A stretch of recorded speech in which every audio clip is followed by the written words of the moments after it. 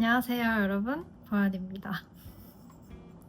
안녕하세요, 보현입니다. 오늘은 환승연애 때랑 지금이랑 얼굴이 어떻게 이렇게 다른가에 대해서 많이들 궁금해하실 것 같아서 영상을 준비해봤는데요. 환승연애 촬영했을 때가 벌써 5년이 다 돼가거든요. 그래서 제가 봐도 정말 환골탈태 수준이어서 어떤 부분이 달라졌을까 하나하나 이렇게 논문처럼 열심히 작성을 해봤거든요. 그래서 오늘은 노트북을 갖고 와서 같이 보면서 얘기를 해보도록 하겠습니다. 내용이 좀 많긴 한데 그래도 최대한 넣어보도록 하겠습니다. 그럼 바로 가보십시다.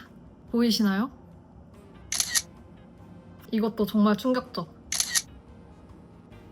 방송 때 캡처도 한번 보자면 이거 환승연애 포스터입니다. 네, 그렇습니다. 이제 본격적으로 시작을 해보겠습니다. 제가 생각하기에 제일 영향이 컸던 거는 메이크업이라고 생각을 하거든요. 일단 메이크업에 대해서 전반적으로 말씀을 드리자면은 제 톤이 웜톤이고 봄웜이라는 걸 어느 정도는 알고 있었는데 이게 봄웜 하면은 코랄이다 라는 생각이 5년 전에는 굉장히 강했어서 눈에도 코랄을 칠하고 입술도 완전 코랄 피치피치를 바르고 그랬었는데 저는 사실 봄웜 중에서도 핑크가 잘 어울리는 핑잘봄이었던 거예요. 근데 맨날 피치만 바르다가 살짝 핑크기가 섞인 코랄을 발랐더니 이게 좀 더 나은데? 나 핑크 잘 봤나? 그럼 나 여쿨인가 보다 하고서 쿨톤병에 걸려서 완전 핑크, 라벤더 기도는 핑크를 막 빡 하고 다니고 그랬었거든요. 그리고 또 제가 약속이나 촬영 같은 외출이 없으면은 화장을 아예 안 하고 살아서 거의 일주일에 한 번씩만 화장하고 그랬던 것 같거든요. 근데 요 근 1년간 화장하는 거에 재미 들려서 집에 혼자 있는 날도 새로운 컬러 매일 발라보고 새로운 제형 매일 도전해보고 매일같이 화장을 하다 보니까 어떤 게 잘 어울리고 어떤 거는 피해야 되고 이런 메이크업 스킬들이 엄청 좋아졌고 그냥 옛날에는 추구미고 뭐고 메이크업도 줏대 없이 예뻐 보이고 싶다만 너무 강해서 근데 지금 추구하는 것 중에 제일 1순위가 자연스러운 거, 인공적인 거를 최대한 덜어내고 자연스러움은 더 더해주고 묘하게 세련됨을 한 방울 이렇게 넣은 듯한 그런 것이 추구미가 되어서 이제 핑잘봄이라는 것도 알고 내가 웜도 쿨도 아닌 미지근한 톤이었구나 그런 것도 알게 되고 나는 대비감이 확확 있는 스타일보다는 전체적으로 좀 차분하고 톤 차이가 크게 나지 않는 톤온톤 스타일이 잘 어울리는구나 이런 것도 깨닫게 되고 그러다 보니까 훨씬 제 얼굴이나 분위기가 살게 되는 것 같더라고요. 그래서 나는 아직 내 얼굴에 잘 어울리는 게 뭔지 모르겠다 하시면은 골격 진단이랑 퍼스널 컬러 진단은 정말 꼭꼭 받아보시는 거 추천드려요. 이게 당장은 좀 큰 돈으로 느껴지실 수 있는데 장기적으로 봤을 때는 정말 큰 도움이 되더라고요. 일단 뭐가 달라졌냐면 제일 크게 달라진 게 바로 눈썹입니다. 확 예뻐진 연예인들 뭐가 달라졌나 분석글 같은 거 보면 하나같이 눈썹이 많이 달라졌다고들 하잖아요. 눈썹 모양을 바꿨다든지 색을 바꾸거나 위치, 두께 이런 거 하나하나 다 영향이 되게 크다고 하잖아요. 근데 저는 그런 분석글들을 보면서도 제가 눈썹을 잘 그리는 정도는 아니지만 엄청나게 못 그리는 것도 아니라고 생각을 했었거든요. 정말 오만하고 거만했던 지난 날들 반성합니다. 그래서 나는 눈썹은 달라질 게 없을 것 같은데 하는 생각을 했었는데 불과 2, 3년 전 사진들만 봐도 눈썹만 바뀌었어도 이 정도까지는 아니었을 텐데 하는 좀 안타까운 이 사진이 완전 충격 그 자체. 사람 얼굴 보고 한숨 쉬면 안 되는데 수검댕이 눈썹이고 이때는 아마 연한 눈썹이 유행하기는 전이었을 거예요. 원래 눈썹, 본연의 눈썹은 좀 처진 눈썹이에요. 그래서 이거를 최대한 끌어올려야지 그나마 지금처럼 지금도 약간 처졌네요 영상에서는. 근데 그나마 이게 끌어올린 거거든요, 아치형으로. 그래서 저는 눈이 얼굴에서 차지하는 비율이 큰 편이기도 하고 눈썹이랑 눈 사이의 거리도 꽤 넓은 편이거든요. 그래서 저는 처진 눈썹인데 눈썹을 가리고 봐도 눈도 좀 처진 편이고 전체적으로 이목구비가 좀 동글동글해서 순한 이미지인데 눈썹까지 처지면은 조금 불쌍해 보이기도 하는데 눈썹을 최대한 세미 아치 정도로 끌어올려주고 앞머리를 좀 낮추고 엄청 연하게 그렸어요. 그리고 눈썹 모질도 염색을 항상 해주고 다 가리고 눈썹만 봐도 못생겼다. 눈썹을 바꿈으로써 굉장히 이미지가 많이 변하기도 했고 그리고 제가 원래 쉐딩도 안 했는데 눈썹이랑 여기 쉐딩을 완전 이어서 까맣게 이렇게 딱 여기만 했었거든요. T존이 너무 강해져서 조금 남상처럼 보이기도 했는데 최대한 눈썹의 존재감을 지울 수 있게 만들었더니 많이 이미지가 달라진 것 같습니다. 애교살. 한때 트와이스 애교살 이런 거 해서 눈 밑에 반짝반짝하게 하얗게 통통하게 올라오는 게 유행이었잖아요. 그래서 눈 밑은 밝혀줘야지 사람이 예뻐 보이는구나. 최대한 밝게 하얗게 더 칠했는데 안구가 옆에서 봤을 때 돌출된 눈이 있고 함몰된 눈이 있는데 이게 함몰돼 있으면은 좀 튀어나와 보이게 해주는 게 좋고 돌출돼 있으면은 들어가 보이게 해주는 게 좋은데 그냥 남들이 해서 예뻐진 거는 다 따라했던지라 눈 밑에 진짜 새하얀 펄 완전 밝은 골드 샴페인 펄 이런 것만 칠하고 다녔었는데 저는 눈이 돌출형이거든요. 그래서 안 그래도 돌출 눈인데 더 밝게 칠해서 볼륨감을 주니까 이상했던 거예요. 그리고 애교살을 엄청 얇게 그렸거든요. 원래 있던 애교살보다 훨씬 얇게 그리고 다녔는데 지금 애교살도 넓혀주고 되게 톤 다운된 핑크 섀도우 발라주고 거의 다크서클 수준으로 진하게 바르는데도 영상이나 사진이나 실제로 사람을 만나도 어색하지 않고 오히려 자연스러워 보이고 좀 분위기 있어 보이는 그런 눈이 완성이 되었습니다. 본인 눈에 맞춰서 화장하는 게 정말 최고다. 내가 함몰 눈인지 돌출 눈인지 파악하고 계신 분들도 있겠지만 혹시 모르는 분들 위해서 간단하게만 정리를 해드리자면 사선 말고 완전 측면에서 봤을 때 눈썹뼈랑 광대뼈 기준으로 해서 안구가 더 튀어나왔냐 더 들어갔냐로 보시면 되고 남이 찍어준 사진을 봤을 때 눈이 유독 너무 작아진다 그러면 함몰 눈일 가능성이 크다고 합니다. 눈이 그렇게까지 작아지진 않는 것 같다 하면은 돌출 눈일 가능성이 있으니 눈썹뼈랑 광대뼈 기준으로 나왔는지 들어갔는지를 한번 체크해보시면 좋을 것 같아요. 그리고 눈두덩이 섀도우도 마찬가지입니다. 저는 그동안 섀도우 팔레트에 있는 베이스 섀도우를 그냥 무조건 베이스로 발랐는데 돌출 눈이기 때문에 제 눈에는 그것조차 밝은 거예요. 그래서 눈 밑에 다크서클 수준으로 발랐다 했잖아요. 위에도 똑같이 지금 다크서클 수준으로 발랐는데도 섀도우 바른 게 굉장히 많이 은은합니다. 그래서 저는 섀도우 발색이 거의 눈에 띄지 않는 눈인데 거기다가 밝은 섀도우까지 발랐으니까 섀도우를 거의 안 바른 것 같은 눈이 된 거예요. 그래서 화장을 진짜 막 30분 넘게 열심히 공들여서 항상 하고 갔는데 지인들이 화장한 거야? 라고 묻는 불상사가 혹시 생기신다면 섀도우 발색이 잘 안 되는 눈이실 가능성이 있으니까 아주 살짝 조금 더 진한 컬러 발라보시고 그래도 티 안 나면 또 진한 거 해보시고 하면서 도전해보시는 걸 추천드립니다. 그리고 나이 먹으면서 점점 눈이 꺼진다고 하잖아요. 그래서 저도 눈을 아주 이렇게 뜨면 아이홀이 생겨요. 그 말인즉 돌출 눈이 점점 들어가고 있는 거잖아요. 그래서 완전 나이 들면 물론 움푹 꺼져서 튀어나오기를 이제 바라는 시기도 생기겠지만 언젠간 제가 한 10년 뒤에는 이렇게 아이홀이 있지 않을까 싶어요. 속눈썹, 눈과 눈썹 사이가 저는 좀 긴 편이라서 속눈썹이 있어주는 게 이목구비가 안정되는 기분이 들어서 뷰러를 쩍쩍 해줘야지 잘 어울린다는 건 알고 있었는데 뷰러나 속눈썹펌 정도만 해주고 속눈썹 붙이는 거는 너무 어렵기도 하고 했을 때 너무 공작새 같은 거예요. 그래서 아예 안 했었는데 이것도 돌출눈, 함몰눈이랑 연관이 있는데 함몰눈은 진짜 긴 걸 발라도 함몰되어 있기 때문에 티가 잘 안 나요. 반대로 돌출눈은 제일 짧은 9mm를 붙여도 진짜 공작새처럼 되거든요. 그래서 좀 자연스러운 디자인을 찾고 하는 것도 중요하고 인스타나 핀터레스트에 예쁜 언니들 보면은 다 하나같이 속눈썹을 붙이는 거예요. 그래서 나도 속눈썹을 잘 붙여보고 싶다 하는 생각에 정말 계속해서 도전하다 보니까 또 잘 어울리는 속눈썹을 찾게 돼서 엄청 중요한 약속 아니어도 데일리용 속눈썹도 있고 화려한 속눈썹도 있고 해서 예뻐 보이고 싶은 날은 자주자주 붙여주는데 제가 지금 쓰고 있는 거는 요렇게 두 개인데 요거는 진짜 거의 티 안 나는 자연스러운 데일리용이고 요거는 조금 하플 갈 때 붙여주기 좋은 샵에서 아이돌들 이렇게 마스카라로 뭉쳐주는 것 같은 그런 느낌 들고 생각보다 굉장히 자연스러워요. 이렇게 하나에 3,4,000원이면 살 수가 있어요. 그리고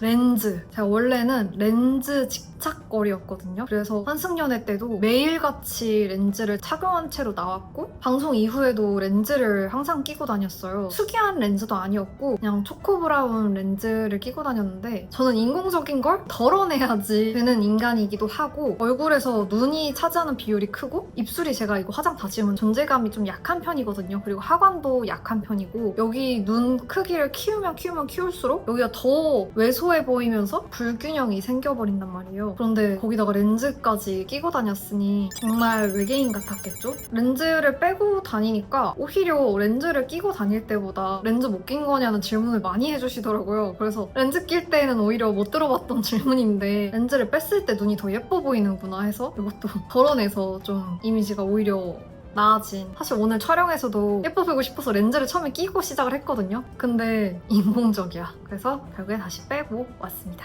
그리고 쉐딩! 생각보다 쉐딩이 정말 중요합니다, 여러분. 제가 예전에 쉐딩 했을 때는 한 거랑 안 한 거랑 큰 차이도 없어 보이고 오히려 했을 때 더 남산 같아 보이고 주변에서도 너는 갸름한데 뭐하러 쉐딩을 하냐 그런 말도 많이 들어서 나는 쉐딩이 필요가 없구나 하고 아예 안 하고 다녔는데 정말 오만하고 거만했던 지난 날들 반성합니다. 이게 쌩얼일 때는 음영이 다 살아있다가도 쿠션이나 파데를 바르는 순간 완전 넙대대해 보이고 음영이 하나도 없는 인간이 되어버리더라고요. 사실 쉐딩이 진짜 빛을 발하는 거는 사진이나 영상에서 완전 달라 보이더라고요. 지금 여기 코 주변에 보이는 이 회색 어두운 음영감들 싹 다 쉐딩으로 조각을 해버린 것이고 이렇게 쉐딩 안 한 셀카 사진에 메이투에서 쉐딩 같은 거 적용해보면서 나한테 어떻게 쉐딩하는 게 어울리는지 찾아볼 수도 있고 핀터레스트 같은데 쉐딩 튜토리얼 같은 거 검색해서 핸드폰에 저장해놓고 화장할 때마다 띄워서 따라해보는 것도 추천드립니다. 립도 진짜 필러 수준으로 완전 바뀌었어요. 그래서 옛날 사진 보면 입술도 정말 지금은 완전 오버립으로 그렸는데 이때는 그냥 완전 옹졸립. 원래 입술보다 더 작게 이 립 라인 쪽이 조금 튀어나와 있는 그런 입술이거든요. 입술이 거기까지 있는 건 아닌데 분명히 살색인데 입술이 튀어나와 있어요. 근데 어쨌든 간에 핑크색인 건 아니니까 틴트를 아예 안 발랐거든요. 아까 말씀드렸던 대로 입술이 두꺼운 편이 아니고 눈은 좀 두꺼운 편이니까 이 밸런스를 맞춰줘야 되는데 눈은 크게 하고 입술은 얇게 심지어 얇은 데다가 색까지 진하게 칠해버리니까 안 그래도 작은데 그거를 더 강조를 시켜주는 거예요. 근데 또 오버립, 립 펜슬 유행이 시작하고 한번 해볼까 하고 발랐는데 뭔가 묘하게 괜찮아 보이는 걸 하면서 점점점 0.1mm씩 키우다 보니까 지금 이렇게 통통하게 입술이 됐고 색도 완전 차분한 누디립 스타일로 바꾸고 플럼핑 기능이 있는 글로스까지 발라주니까 완전 필러 수준으로 입술이 통통해져서 눈은 렌즈를 안 껴서 좀 작아지고 입술은 통통해지고 하니까 이목구비, 눈, 코, 입 밸런스가 맞으면서 분위기가 안정되어 보이는 그런 효과가 있더라고요. 그리고 옹졸립일 뿐만 아니라 뾰족 입술 산도 뾰족하고 꼬리도 뾰족하게 뺐었다면 지금은 그냥 다 입술 산도 둥글둥글 전체적으로 그냥 뾰족한 느낌이 아예 없게 라인을 따주고 경계도 자연스럽게 풀어줘서 균형이 잘 맞게 됐고 그때 옹졸립을 하고 다녔던 것도 있을 필러가 제 20대 초반에 이제 유행이 시작됐었는데 병원 가서 필러를 맞았는데 진짜 끼우 이렇게 된 거예요. 근데 저랑 너무 안 어울리는 거예요. 그래서 충격받아서 하루 이틀 만에 병원 가서 이거 제발 녹여달라 해서 녹이고 온 뒤로 나는 입술이 통통한 게 안 어울리는가 보다 하고 정말 극단적이죠. 나는 입술을 절대 통통하게 하면 안 되겠다. 오버립? 나는 상상도 할 수 없어 하고서 오버립을 완전히 손절해버렸는데 오버립도 방법이 정말 다양하고 막 이렇게 회색으로 칠해야지 어울리시는 분들이 있고 밝은 핑크로 칠해야 어울리는 분들이 있고 정말 천차만별이니까 이것도 다양하게 도전해보시는 거를 적극 추천드립니다. 얼굴 색도 좀 변했어요. 저는 이제 화장을 지으면 목은 선크림을 안 발라서 한 21호 정도였고 얼굴은 17호, 19호 정도였는데 이 목 색깔이랑 차이 난다는 말을 너무 듣기 싫은 거예요. 그래서 얼굴을 목색에다가 맞추자 해서 얼굴을 일부러 어둡게 하고 다녔는데 베이스를 그렇게 어둡게 바르면은 화면에서 더 어두워 보이더라고요. 실제로는 그렇게 어둡지도 않은데도. 그래서 저를 실물 보시고 언니 생각보다 되게 하얗시네요 라는 DM이 한 분이 아니라 정말 여러 명이 말씀을 해주시는 거예요. 그래서 내가 피부가 어둡다는 생각을 해본 적이 없고 어딜 가도 피부가 항상 하얀 편이었는데 가만히 제 사진들을 보니까 안색이 다 사진에서는 어둡게 나오더라고요. 그래서 그 뒤로 좀 목에 좀 톤업 크림을 바르는 한이 있더라도 얼굴 색 원래대로 17호, 19호로 발랐더니 사진에서도 훨씬 잘 나오더라고요. 그리고 파우더도 얼굴에 광 도는 게 전 너무 싫고 끈적한 것도 싫고 코로나 때 마스크 쓰는 것 때문에 파우더를 끼얹듯이 썼었는데 굉장히 사람이 텁텁해 힙합해 보이고 인공적인 느낌이 강했는데 이제 자연스럽게 좀 파우더가 꼭 필요한 부분에만 발라주고 광이 필요한 부분들은 그냥 자연스럽게 냅두다 보니까 피부도 훨씬 사람이 좋아 보이고 피부 관리 어떻게 하냐는 말을 진짜 많이 들어요. 정말 메이크업도 베이스부터 눈썹, 눈, 속눈썹, 애교살, 코, 쉐딩, 입술 하나하나까지 안 바뀐 게 없을 정도로 메이크업도 정말 많이 변한 거를 또 이렇게 설명을 드려봤고요. 제가 원래 화장을 다 지우면은 여기랑 여기에 점이 2개가 있는데 화장을 하면은 거의 안 보이게 가려졌었거든요. 근데 여기에 점을 살려서 찍어주니까 얼굴이 화질이 좋아 보인다고 해야 되나? 그리고 저는 계속 말씀드리지만 하관이 왜소해서 시선을 위로 끌어오는 게 좋은데 여기다 찍어주니까 시선도 위로 끌어올려주고 중안부도 좀 짧아 보이는 그런 효과가 있는 것 같습니다. 눈썹 원시는 안 한 지 정말 오래됐고요. 립라인 반영구도 해보고 리터치도 2번 받았는데 땀이나 피지가 많고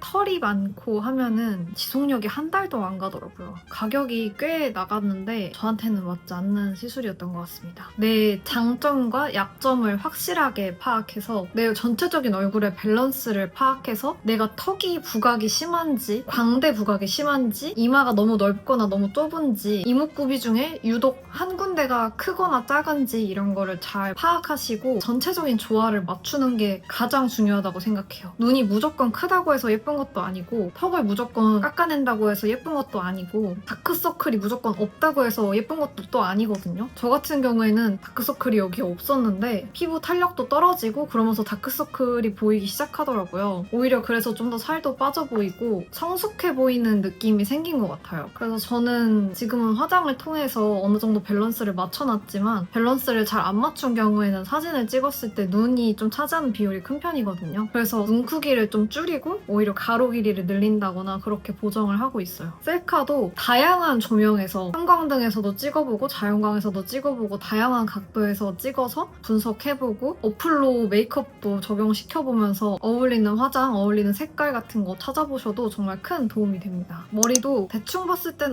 똑같은 긴 머리의 웨이브라고 생각하실 수도 있겠지만 좀 큰 변화가 있었다고 생각하거든요. 헤어 컬러 같은 경우에도 제가 봄웜인 줄 알았을 때는 붉은기 있는 브라운 아니면 노란기 있는 브라운을 주로 했었는데 또 제가 한때 여쿨로 착각해서 쿨톤병 걸렸을 때는 흑발 가보자고 하면서 푸른기 돌 정도로 새까맣게 흑발을 했었는데 이 쌩얼이 무슨 공포영화 포스터같이 된 거예요. 근데 제가 톤다운 한번 해도 퇴색이 잘 돼서 금방 다시 갈색이 돼버려서 팡팡질팡 하면서 갈색했다가 흑발했다가 또 갈색했다가 톤다운 했다가 또 물쩍 빠져서 갈색되면 또 톤다운 하고 이런 식으로 했었는데 그걸 반복하다 보니까 확실히 톤다운 했을 때가 훨씬 안정감 있고 잘 어울린다 그렇게 생각을 했고 또 톤다운도 레벨이 있단 말이에요. 어느 딱 지점이 딱 톤다운을 했는데 너무 찰떡인 거예요. 그래서 그날 선생님한테 이거 몇 레벨로 한 건가요? 하고 여쭤봐서 메모장에 저장해놨다가 셀프 염색약으로 시세이도 거를 주문해서 셀프 염색을 했는데 너무 마음에 드는 거예요. 그리고 제가 원래 한 달 만에 밝아졌었는데 이게 5월 달에 한 건데 아직까지 색이 안 빠지고 잘 있어요. 저한테 어울리는 톤은 그냥 제 원래 뿌리 색깔.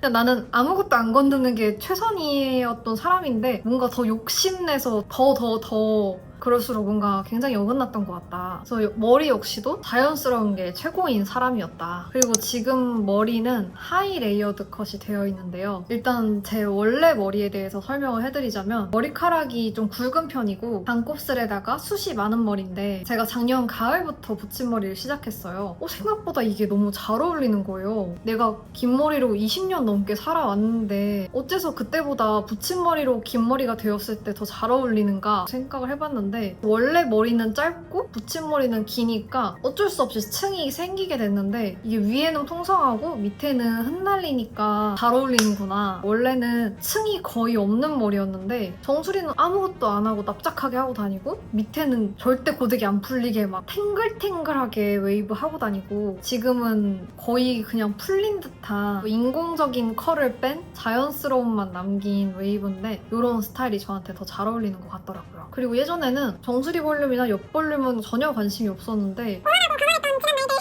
긴 머리가 되면은 아무리 숱이 많아도 필연적으로 위쪽 볼륨이 처지게 되는데 그럴수록 더 이쪽은 납작해지고 밑에는 풍성한 삼각김밥이 돼서 너무 인위적이었던 거예요. 그래서 중단발 했을 때는 옆볼륨이 없으면 정말 사망하는 머리여서 옆볼륨을 정말 열심히 살리고 다녔는데 다들 너무 예쁘다고 해주셔서 긴 머리가 되고 나서도 옆볼륨을 열심히 살려봤더니 헤어스타일이 예뻐 보이더라고요. 그래서 요즘에 헤어 옆볼륨 살려주는 피스 있거든요. 그런 거를 촬영 있거나 중요한 약속 있을 때 붙여주는 편이고 지금도 하고 있거든요. 그래서 이거 빼보면 이렇게 생긴 앞머리 가발 같은 옆볼륨 피스인데 가성비 짱짱입니다. 착용하기도 너무 쉽고 머리 들어서 옆에다가 이렇게 꽂아주면 그래서 저는 여기가 부족하면 여기에 꽂고 옆볼륨을 더 살리고 싶을 때는 여기다 꽂기도 하고 그렇습니다. 확실히 볼륨이 풍성하니까 좀 더 예뻐 보이고 얼굴도 작아 보이고 그런 것 같습니다. 그리고 앞머리 환승연애 때 사진 보면은 이럴 때는 앞머리가 없었어요. 그래서 비교적 나쁘지 않은데 제가 앞머리가 없어 본 적이 거의 없었거든요. 이때만 해도 앞머리가 없으니까 너무 불안한 거예요. 그래서 앞머리를 내렸는데 1회 말고는 쭉 앞머리가 있었기 때문에 환승연애를 보신 분들이 저를 기억하기에 저는 앞머리가 있는 사람이었을 텐데 요새 또 제 추구미가 약간의 성숙함과 약간의 세련미가 있는 걸 원하는데 앞머리가 있으면 아무래도 좀 어려 보이지 않나 싶기도 하고 올해 봄쯤부터 앞머리가 찌글찌글하게 자라는 거예요. 그래서 앞머리 있는 거를 더 이상 유지하기 힘들다 싶어서 기르게 된 것도 있어서 지금은 앞머리 없는 걸 최대한 즐기고 질릴 때쯤에 다시 도전해보려고 합니다. 인스타에서 무물했을 때 머릿결 질문이 정말 많았어요. 이제 인스타나 유튜브에서 귀티 나는 사람 특징, 고급진 사람 특징 이런 거 보면 피부랑 머릿결, 머리숱 얘기가 정말 빠지지 않고 나오는 것 같은데 저는 일단 외출 없어도 집에만 있는 날에도 매일 감는 편인데 감을 때마다 꼭 트리트먼트 해주고 말릴 때는 꼭 헤어 에센스 발라주고 있어요. 아마도 이것이 비결이 아닐까. 머리카락 관리, 치아 관리, 피부 관리 이런 거는 정말 매일매일 해줘야 된다고 생각을 합니다. 사실 제가 타고나게 엄청 좋은 머릿결은 아니에요. 염색이나 파마, 고데기, 드라이 아무것도 안 하면은 머릿결이 좋긴 한데 저는 모든 걸 다 하고 살기 때문에 좀 되게 상해 있는 편이기도 하고 특히 반곱슬은 관리를 아무리 잘해도 찌글찌글하거든요. 그래서 저는 적어도 1년에 한두 번은 꼭 매직을 해줍니다. 안 하면 견딜 수가 없는 수준이에요. 근데 매직도 두피에 쫙 달라붙게 하면은 정말 물에 빠졌다 나온 사람처럼 돼서 정말 한두 달은 마음고생을 심하게 하게 되니까 잘 찾아보시고 하시면 좋을 것 같고요. 셀프 매직도 해봤는데 웬만하면 셀프는 정말 비추입니다. 매직은 전문가한테 받는 게 정말 최고입니다. 머리에서 이렇게 반짝이는 빛이 나는 거랑 정수리 막 잔디나 돼지털이 있냐 없냐의 여부가 사람 이미지에 어마어마하게 큰 영향을 미치는데 그거에 비하면 매직은 정말 큰 돈이 아니라고 생각하니까 1년에 한 번만이라도 해보셔도 인상이 많이 깔끔해질 거예요. 그리고 피부 관리에 대해서 질문을 많이 해주셨는데 피부도 역시나 타고나게 좋은 피부가 아니라 셀프 케어도 많이 하고 병원 치료도 받아본 사람으로서 할 말이 정말 많거든요. 근데 이번 영상에서는 어떻게 환승연애 때랑 달라졌는지에 대해서 다루고 있는데 사실 환승연애 때는 피부가 안정기 상태였고 작년에 또 확 뒤집어졌다가 돌아온 거라서 다음번에 피부 관련된 영상을 각 잡고 찍어서 피부에 대해서만 얘기를 해볼까 합니다. 붓기 관리도 정말 열심히 했어요. 제가 조금이라도 짠 걸 먹거나 물을 많이 마시거나 피곤하거나 아프거나 하면은 그냥 무조건 엄청 붓는 타입이었거든요. 울면은 그냥 게임 종료. 가족도 못 알아보는 얼굴이 되어버리는데 근데 방송에서 그렇게 울었어요.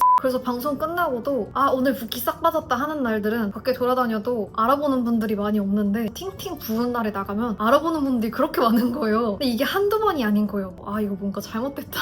아무튼 붓기 고민을 엄청 달고 살던 사람으로서 방법을 나름대로 이제 찾았는데 일단은 운동입니다. 수분을 쫙쫙 빼주려면 땀을 쫙쫙 빼는 수밖에 없죠. 그래서 진짜 땀이 막 줄줄 나서 막 눈에 들어가서 눈이 안 떠질 정도로 속옷이 정말 다 젖을 정도로 천국의 계단을 해주면 대부분 붓기가 쫙 빠지는 편이고 도저히 오늘은 헬스장 갈 시간이 안 되거나 체력이 안 된다 할 때는 따뜻한 반신욕 30분 정도 해줘도 되긴 하는데 아무래도 운동이 훨씬 효과가 좋은 것 같아요. 환승연애 때는 전에는 정말 운동이라는 걸 아예 안 하고 살았는데 최근 1, 2년 동안 필라테스도 100회 이상 꾸준히 갔고 헬스장에 거의 매일같이 가서 천국의 계단 하면서 붓기도 빼고 살도 빼고 근육은 붙이고 하면서 카메라에도 더 잘 나오게 된 것 같고 필라테스 100회 이상 하다 보니까 근육 쓰는 방법도 알게 되고 뭔가 흉통도 작아지고 자세도 펴져서 자세에 따라서 못생겨 보이기도 하고 훨씬 예뻐 보이기도 하더라고요. 뭔가 어깨 이렇게 그냥 축 처지고 거북목으로 있으면은 얼굴이 커 보이고 어깨는 좁아 보이고 사람이 되게 자신감이 없어 보이는데 자세 펴고 고개도 펴고 하면은 얼굴도 작아 보이고 이미지가 달라 보여요. 환승연애 때에 비해서 5kg 정도 찐 건데도 불구하고 오히려 지금 살 빠졌냐는 얘기를 훨씬 많이 들어요. 환승연애 때는 저 39kg였어요. 아 그리고 다시 붓기 얘기로 돌아와서 아침부터 일정이 있으면은 아침에 운동을 가거나 반신욕을 할 시간이 없잖아요. 그럴 때는 보조제로 대신합니다. 원래는 칼륨을 소개드렸었는데 칼륨이 잘못 먹으면 심장에 굉장히 안 좋다는 얘기가 많아서 생약 성분으로 된 음식 먹는 거랑 조금 비슷한 효과를 그나마 낼 수 있는 유명한 기분 전환. 사실 원래는 빨간색을 훨씬 연예인들도 많이 먹고 저도 빨간색을 10박스 정도 사서 직접 제 돈 재산으로 먹었는데 다 먹어가지고 남아있던 초록색으로 연명하고 있고요. 아니면 리아르 V케어도 좋습니다. 요거는 씹어먹는 비타민 같은 느낌으로 나온 건데 맛있어요. 씹어 먹으면은 붓기가 확실히 빠진 게 느껴져요. 아니면 바나나에 칼륨이 엄청 많다고 하잖아요. 그래서 바나나를 웬만하면은 집에 항상 구비해두고 필요할 때마다 먹어주면은 빈속에 아침 대용으로도 좋고 붓기를 정말 자연스럽게 천연 식품으로 뺄 수 있는 최고의 방법입니다. 그리고 사실 저는 붓기차 같은 거는 잘 안 믿었는데 먹어보니까 확실히 효과가 있는 것 같아서 통풍 이별티 이것도 먹었을 때 천천히 마셔줬더니 붓기가 빠지는 게 느껴졌고 요거는 짜먹는 타입인데 영란유 펌킨 V샷 요것도 효과 괜찮았어요. 다 천연 유래 식품 같은 거라 마음 편히 먹고 있습니다. 다음으로 표정도 많이 달라졌는데 옛날에 찍은 셀카들 보면은 웃으세요 해서 억지로 웃는단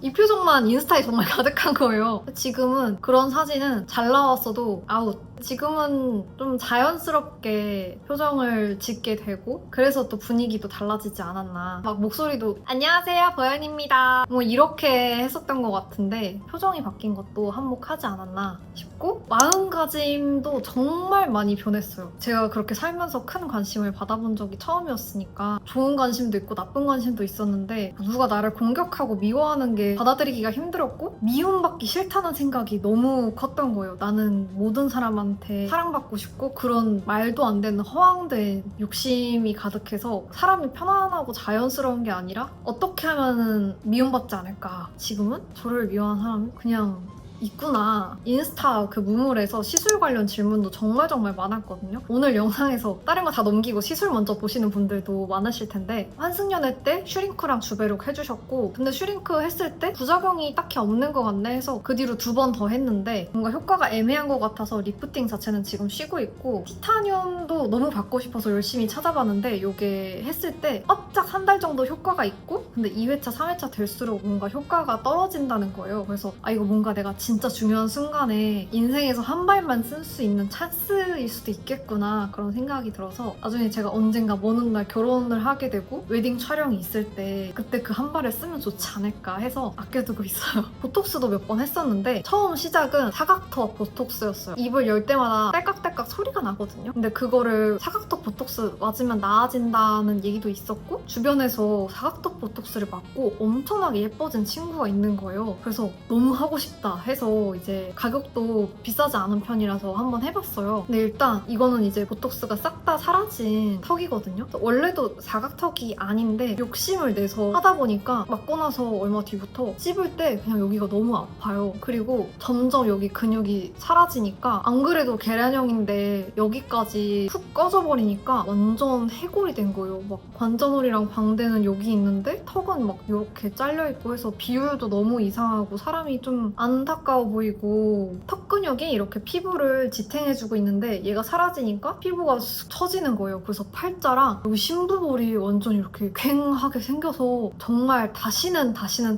하지 않겠다는 다짐을 하게 되었습니다. 어금니를 악 물었을 때 저는 요 정도 튀어나오잖아요. 근데 나는 악 물었을 때 뿅 하고 나오는 게 아닌 이상 정말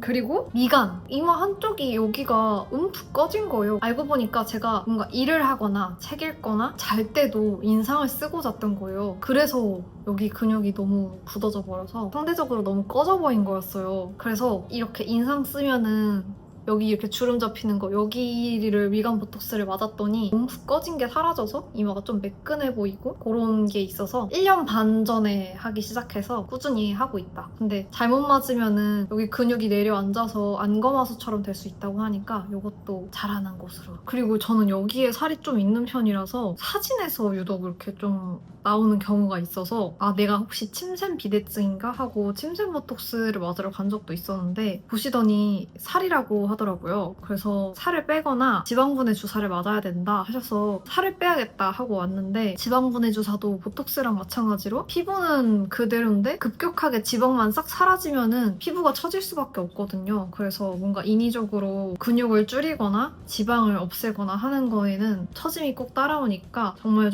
주의해서 시술 결정하시는 걸 추천드리고요. 얼굴형 관리에 대한 질문도 정말 많은데 저는 완전 민감성 피부라서 좀 자극이 가해지면 무조건 접촉성 피부염 오고 멍도 엄청 잘 드는 완전 개복치라서 경락은 아직 한 번도 경험해본 적이 없고 괄사도 안 하고 뷰티 디바이스는 정말 가끔 생각날 때만 한 번씩 해주는 편이고요. 얼굴 붓기 관리랑 세수할 때나 스킨케어 할 때 셀프 림프 마사지 정도만 해주고 있습니다. 라미네이트 관련해서도 종종 물어보시는데 결론부터 말씀드리면 했습니다. 일단 저는 치아 삭제하는 라미네이트에 대한 거부감이 정말 큰 편이었고 저는 치열이나 치아 크기, 모양 이런 거에 대해서는 불만이 없었어서 오로지 치아 색상만 바꾸려고 완전 무삭제로 했고요. 이제 2년 정도 된 것 같은데 직후부터 불편한 거 전혀 없이 똑같이 일상생활 가능하고 떨어진 것도 아직은 없습니다. 나는 정말 뭐 술, 담배, 커피, 콜라 이런 거 일절 안 하는데 대체 왜 어째서 누렁니인가 하고 치아 미백하러 가서 신세한탄을 했는데 의사 선생님이 말씀하시기를 치아 색깔 이렇게 지표 같은 게 있거든요. 그걸 대보시더니 이미 환자분은 인간이 자연으로 밝아질 수 있는 최대 밝기의 치아라고 하더라고요. 그래서 너무 멘붕이 오는 거예요. 아니 나는 치아 미백을 하러 올 정도로 고민이 있던 사람인데 최대 밝기라니 그런 의문이 있었는데 피부색이 밝으면 그럴 수 있어요 라고 하시는데 나보다 밝은 13호 피부들은 다 누렁니인가 하는 궁금증이 있었는데 피부가 옐로 베이스인지 핑크 베이스인지 입술이 뭐 보랏빛인지 레드빛인지 어두운지 밝은지 잇몸 컬러까지도 다 모든 요소들이 결합돼서 내 치아 색깔이 어떻게 보이는지 결정되는 거라고 하시더라고요. 근데 저는 어쨌든 계속 영상에서 말하고 사진도 찍히고 하는데 유독 영상에서는 진짜 이빨이 엄청 노랗게 보여서 정말 눈물을 머금고 결제했습니다. 정말 고민하다가 신중하게 결정한 거라서 만족도는 높긴 한데 보여지는 직업이 아니시라면 되도록 안 하시거나 치아 미백 시술이나 제품을 최대한 써보시는 걸 추천드리고 정말 신중히 하시는 거를 권장드립니다. 그리고 라미네이트라고 해서 다 같은 색이 아니고 정말 미세한 한 톤 한 톤까지 밝기를 조절할 수가 있고 토끼이빨을 없앤다든지 송곳니 뾰족한 거를 뾰족해 보이지 않게 만든다든지 그런 것도 다 정할 수가 있는데 괜히 그런 거 건드렸다가 인상이 바뀔 수도 있어서 그런 거는 그냥 전부 다 제 거 원래 거 살려달라고 했고 실제로 봤을 때는 표면이 완전 매끈하고 요 단면도 완전 매끈매끈해서 뭔가 잔머리 있던 반곱슬을 매직해준 그런 느낌이 있어서 좀 단정한 그런 느낌이 있어요. 인스타에서도 이런 시술해서 저 이렇게 완전 달라졌어요. 궁금하신 분들은 댓글 남겨주세요. 이런 영상이 정말 너무 많잖아요. 그런 영상들이 정말 반응이 핫한 걸 보면서 아 요즘에는 꼭 얼굴이 보여지는 일이 아니더라도 정말 많은 사람들이 시술을 받고 관심 있어 하시는 것 같아요. 그런데 리프팅 같은 거 자주 받으면 피부 겉이 좀 비닐처럼 나중에 된다거나 피부 안쪽이 손상돼서 나중에 오히려 진짜 필요할 때는 효과가 없다는 것도 너무 겁나고 피부가 상처 났다가 나으면 좀 단단해지고 흉살이 생기는 것처럼 속도 손상돼서 점점 단단해진다는 거예요. 그럼 나중에 뭐 실리프팅 같은 걸 하고 싶어도 바늘이 안 들어간다는 거예요. 그래서 시술은 정말 신중하게 하는 게 중요하다고 생각해서 그래서 일단은 제가 생각나는 선에서 정리한 것들을 전부 말씀드렸는데 오늘 소개드린 한 가지 요소들은 정말 사소하고 그 한 가지만으로는 이미지 변신을 할 수는 없겠지만 그런 사소한 하나하나가 모여서 결국에 큰 차이를 만들어내는 것 같아요. 난 원래 그런 거 안 어울려. 예전에 해봤는데 별로였어. 내가 맞아. 이런 생각들에만 갇혀있지 않고 계속해서 새로운 거 시도해보고 고쳐보고 했던 것도 또 다시 해보고 진짜 내 생각이 맞을까 스스로 검증 타임도 가져보면서 나만 아는 차이들을 하나하나씩 만들어 가다가 이제는 나만 아는 차이가 아니라 여러분들이 먼저 김보은 왜 이렇게 달라졌냐? 어떻게 이렇게 달라졌지? 이런 말을 해주실 정도로 달라졌다는 게 정말 신기하더라고요. 그래서 여러분들도 오늘 제가 말씀드린 팁들로 사소한 변화를 쌓아가면서 원하는 모습에 가까워지셨으면 좋겠습니다. 이외에도 궁금하신 점이나 보고 싶으신 영상 있으시면 언제든지 댓글 남겨주세요. 그럼 오늘도 영상 시청해주셔서 감사드리고 저희는 다음 영상에서 또 만나요. 안녕.